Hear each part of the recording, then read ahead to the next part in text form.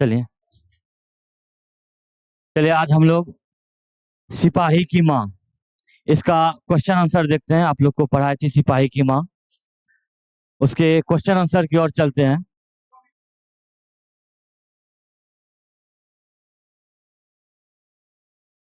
पहला जो क्वेश्चन है पहला क्वेश्चन है, बिस्नी और मुन्नी को किसकी प्रतीक्षा है, वे डाकिये की राह क्यों देखते हैं।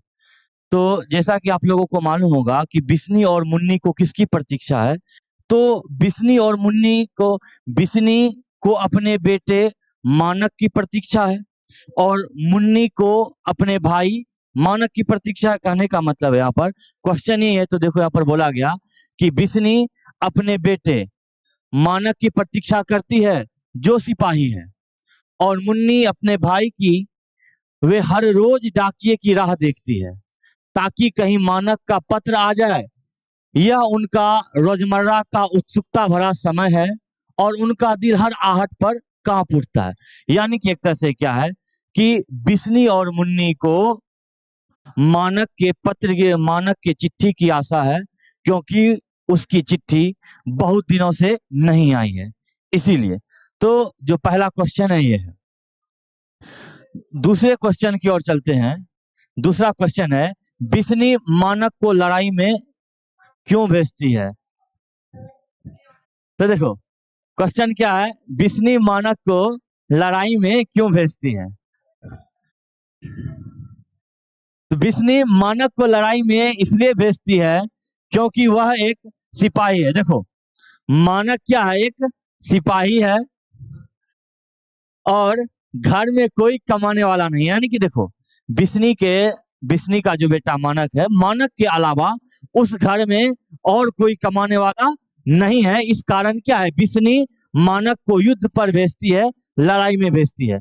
साथ ही उसे मुन्नी के विवाह के लिए पैसों की आवश्यकता है, और साथ ही क्या है, बिस्नी को अपने पुत्री यानी मुन्नी के विवाह के लिए क्या है, पैसों की आवश्यकता है। इसलिए बिस्नी क्या है, अपने बेटे मानक को युद्ध पर भेजती है, और यह मजबूरी और कर्तव्य की भावना उसे ऐसा करने पर मजबूर करती है। ऐसा कहा गया यहाँ पे कि यह है ना कर्तव्य की भावना, कि देश को आगे रख करके, देश के हित को ध्यान में रख करके भी क्या है, मुन्नी और देश हित को दोनों को ध्यान में रखते हुए बिस्नी क्या करते हैं, अपने बेटे मानक को युद्ध पर भेजती है कि वो देश के हित को भी देखे और अपनी बहन की शादी के लिए पैसा भी हो जाए।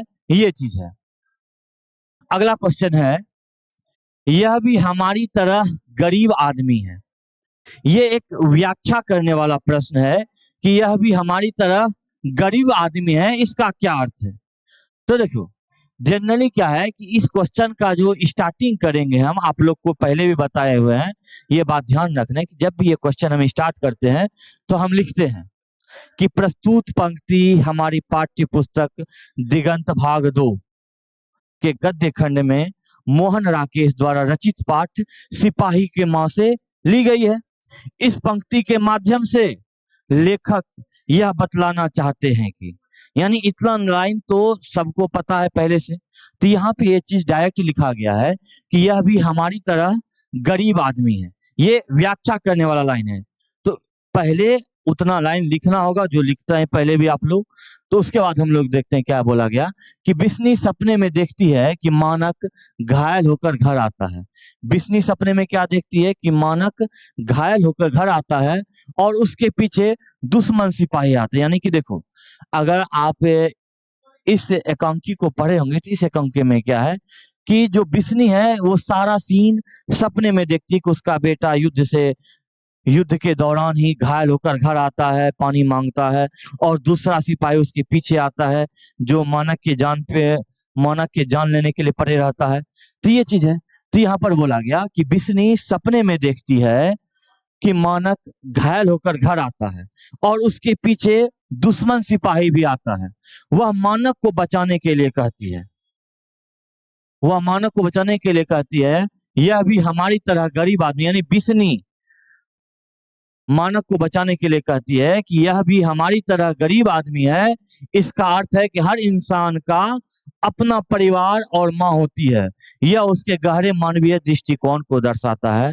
यानी जो माँ बोल रही है कि यह भी हमारी तरह गरीब आदमी है। यानी कि जब मानक दूसरे सिपाही को मारने के लिए जाता है तो उस समय क्या है कि मानक की माँ बिस्नी बोलती है कि यह भी हमारी तरह गरीब आदमी है। तो वो क्या है, एक माँ का मानवतावादी सोच दिखाता है, एक माँ का ममत्व प्रेम दिखाता है, कि वो दिखाता है कि जैसे मैं तुम्हारी माँ हूँ उसी तरह इस सिपाही की भी कोई माँ है, वो भी इसके आसरा के लिए इसके आस लगाए बैठी है, इसलिए इसे छोड़ दो, इसे मत मारो। ये बात बिस्नी किसको बोल रही है, मानक को।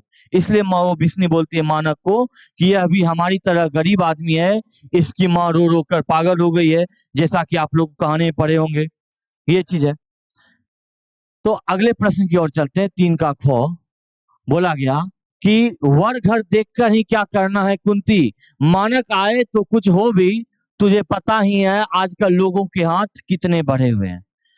ये लाइन भी आया था कहानी में कि वर घर देखकर ही क्या करना कुंती, लोगों के हाथ आजकल कितने बढ़े हुए हैं, मानक आए तो कुछ हो भी। तो देखो यहाँ पर बोला गया, कुंती बिस्नी को सुझाव देती है, कुंती बिस्नी को सुझाव देती है कि मुन्नी के लिए अच्छा वर घर देखना चाहिए। यानी कुंती बिस्नी को क्या सुझाव देती है कि मुन्नी के लिए एक अच्छा सा वर घर देखना चाहिए, यानी एक अच्छे से लड़के का घर देखना चाहिए। बिस्नी कहती है कि वर घर देखकर क्या होगा। फिर बिस्नी क्या कहती है रिप्लाई में, वर घर देखकर क्या होगा, जब तक मानक आएगा ही नहीं तो वर घर देखकर क्या होगा।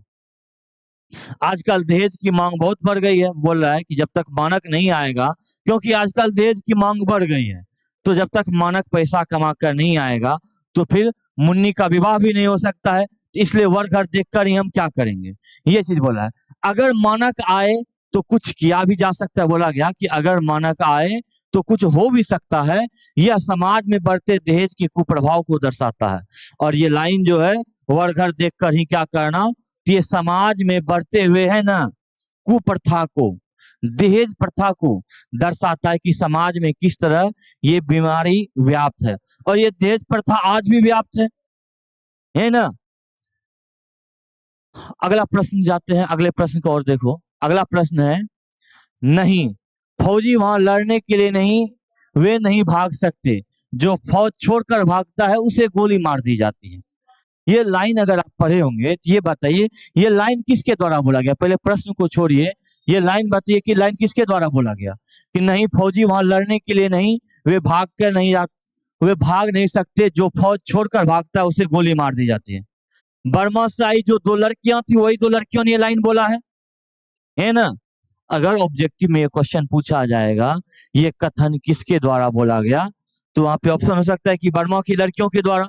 बर्मा की लड़कियां इन बोली कि जो सैनिक वहां युद्ध पर जाता है वो युद्ध छोड़कर बीच से भाग नहीं सकता है, अगर वो भागता है उसे गोली मार दी जाती है ना। तो देखो यहाँ पर बोला गया कि बर्मा से आई दोनों लड़कियां बिस्नी के घर आती है, वे बताती है कि लोग अपनी जान बचाकर भाग रहे हैं। बिस्नी पूछती है कि मानक क्यों नहीं आया। यानी कि बर्मा से आई दोनों लड़कियां बताती है कि लोग बर्मा से, म्यांमार से, जो आज म्यांमार नाम है, वहां से अपनी जान बचाकर भाग रहे हैं। तो बिस्नी बोलती है तो मानक क्यों नहीं आया। तो वो कहती है कि फौजी वहां लड़ने के लिए है, भाग नहीं सकते। तो वो बोलता है कि फौजी वहां किस लिए गए हैं, लड़ने के लिए गए हैं, वो भाग नहीं सकते, जो भागेगा उसे गोली मार दी जाएगी। यह युद्ध की भयंकर वास्तविकता को दिखाता, और यही युद्ध की सच्चाई है। अगर तुम लोग बॉर्डर मूवी को देखा होगा तो बॉर्डर मूवी में क्या होता है कि एक दृश्य है, एक सीन है कि जब युद्ध का घोषणा हो जाता है ना, तो युद्ध से सबको डर लगता है मरने का। तो उसमें से एक सैनिक का छुट्टी अप्रूव हो जाता है, एक सैनिक को छुट्टी मिल जाता है उस बॉर्डर मूवी में, यमुना दास इसे करके नाम है। तो जब उसको छुट्टी मिलता है ना, तो वो बहुत ज्यादा उस रेजिमेंट में खुश हो जाता है, मुझे छुट्टी मिल गई, मैं अब घर जाऊंगा, इस तरह से। और सारे सैनिक क्या हैं, इस बात से दुखी हैं, युद्ध भी लड़ना है, देश की रक्षा भी करना है, और उसे अपने परिवार की चिंता भी है। स्वाभाविक है कि अगर आज हम इस देश में चैन से सो रहे हैं तो कि इस देश के आर्मी की बदौलत, इस देश के नेताओं की बदौलत नहीं, इस देश का जो फौज है वो बॉर्डर पे अगर रक्षा कर रहा है तब जाकर आज हम आराम से रह रहे हैं, चैन से रह रहे हैं। लेकिन उसका भी तो परिवार है, वो भी तो अपने परिवार के लिए चिंता करता है। लेकिन वहां पे ये दृश्य दिखलाया गया कि जिस सैनिक को छुट्टी मिला तो वो बहुत ज्यादा उत्साहित था। वो इस तरह से कराता ना कि और सैनिक का वहां पे मनोबल नीचे गिर गया था। इसलिए वहां पर जो सन्नी देओल है उस जगह के डायलॉग का कि यमुना दास, इससे पहले कि मैं तुम्हें गोली है ना देशद्रोही करार देकर तुम्हारे पीठ पर गोली मार दूं, तुम मेरी नजरों के सामने से दूर चले जाओ। ये ऐसा इसलिए कहा गया ताकि उस रेजिमेंट का सैनिक डिमोटिवेट नहीं हो। इस बात को लेकर वहां पे क्या हुआ कि उसको बोला गया कि तुम जितना जल्दी हो सके, तुमको छुट्टी मिला, तुम यहाँ से निकलो। और सैनिकों को क्यों तुम डिमोटिवेट कर रहे हो कि मुझे छुट्टी मिल गया, मैं घर जा रहा हूँ, मुझे युद्ध नहीं लड़ना पड़ेगा। तो ये चीज है। तो ये सैनिक का भी क्या होता है, अपना नियम कानून एक अलग होता है। आप सेना में तो इसका मतलब नहीं कि आप गलती कर दीजिए, उसका एक अलग से कोर्ट मार्शल चलता है, उसका एक अलग कोर्ट होता है सेना का, वहां पे उसको खड़ा किया जाता है। आप इधर भी अगर फिल्म देखोगे, विकी कौशल का एक फिल्म आया था सैम बहादुर, देखा है कि नहीं सैम बहादुर? उसमें भी देखा है कि सैम बहादुर को कटघरे में खड़ा किया गया था, उस पर भी कुछ आरोप लगा था। उसी तरह से तो बहुत है ना, सेना का एक अलग कोड चलता है, सेना का एक अलग सजा का प्रावधान होता है। आप सेना में, इसका मतलब नहीं कि आप अपने पावर का दुरुपयोग कीजिए, मिसयूज कीजिए, तो आप पर भी कार्रवाई होगा। ये चीज है। तो यहाँ पर देखो वही चीज है कि यहाँ पे युद्ध की भयंकर वास्तविकता को दिखाता है। और फौजी का है कि फौज युद्ध लड़ने के लिए गया है तो वो भाग नहीं सकता है, अगर भागेगा तो वो देशद्रोही करार दिया जाएगा। ये चीज है। तो देखो अगला प्रश्न है, भैया मेरे लिए जो कड़े लाएंगे वे तारों और बंतों के कड़े से भी अच्छे होंगे ना। मुन्नी के इस कथन को ध्यान में रखते हुए उसका परिचय दीजिए। यहाँ पर मुन्नी बोल रही है माँ को, बिस्नी को, कि भैया मेरे लिए जो कड़े लाएंगे वो तारों और बंतों के कड़े से अच्छे होंगे ना। मुन्नी के इस कथन का क्या आशय है? तो देखो बोला गया, मुन्नी मानक की बहन है, ये मालूम है, और बिस्नी की बेटी है। वह भोली, स्नेही और प्रेमपूर्ण स्वभाव की लड़की है। बोला गया कि वह भोली, स्नेही और प्रेमपूर्ण स्वभाव की लड़की है। उसके सारे सपने और खुशी उसके भाई मानक से जुड़े हैं।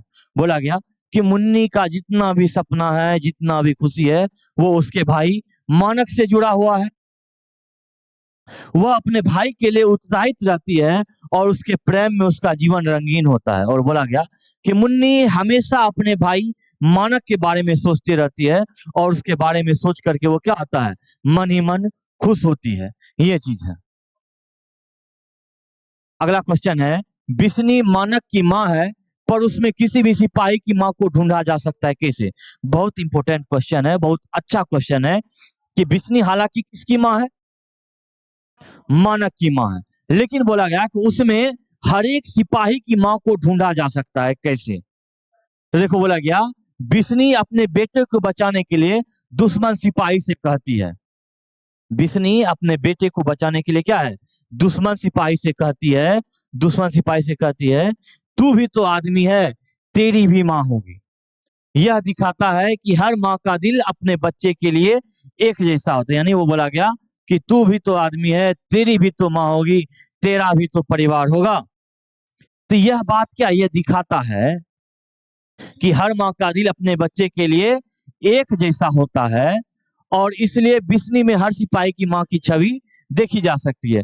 और देखो इसमें हम अगर पॉइंट को एड ऑन कर सकते हैं तो ये भी कर सकते हैं कि जब मानक ने दूसरे सिपाही की ओर बंदूक ताना तो बिस्नी उस समय भी बीच बचाव की, बोला कि छोड़ दे, यह भी हमारी तरह क्या है, गरीब है। ये बोला था ना उस समय कि यह भी हमारी तरह गरीब है।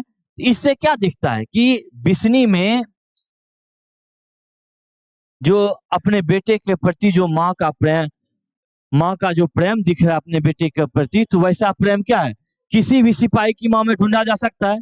बिस्नी चाहती तो सिर्फ अपने बेटे को बचा सकती थी, लेकिन जब मानक ने दूसरे सिपाही की ओर बंदूक ताना तो उस समय भी उसने क्या हुआ, बीच बचाव किया, मानक को रोका कि यह भी हमारी तरह गरीब आदमी है, इसे भी कुछ मत करो।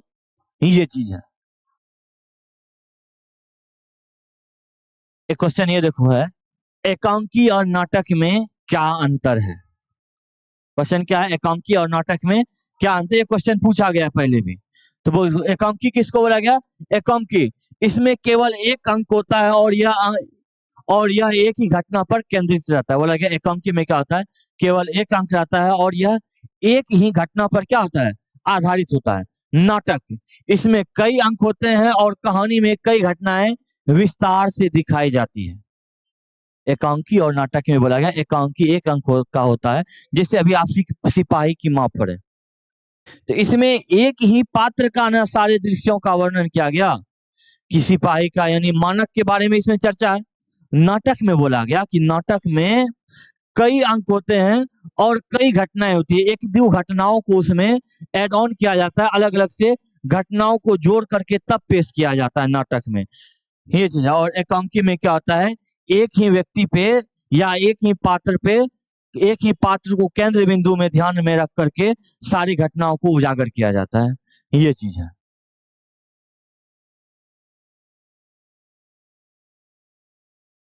पहले इतना वो लिख